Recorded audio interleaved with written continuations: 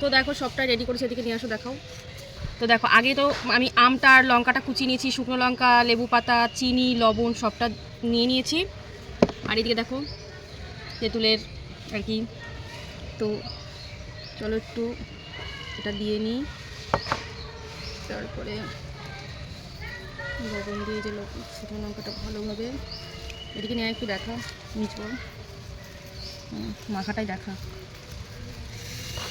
ভালোভাবে লঙ্কাটা ই করে নিই, তারপরে লেবু পাতাগুলো দিয়ে বাবা নিচু করা আর একটু, বাচ্চা মানুষকে দিয়ে ক্যামেরা করালে যা হয় আর কি গাইজ।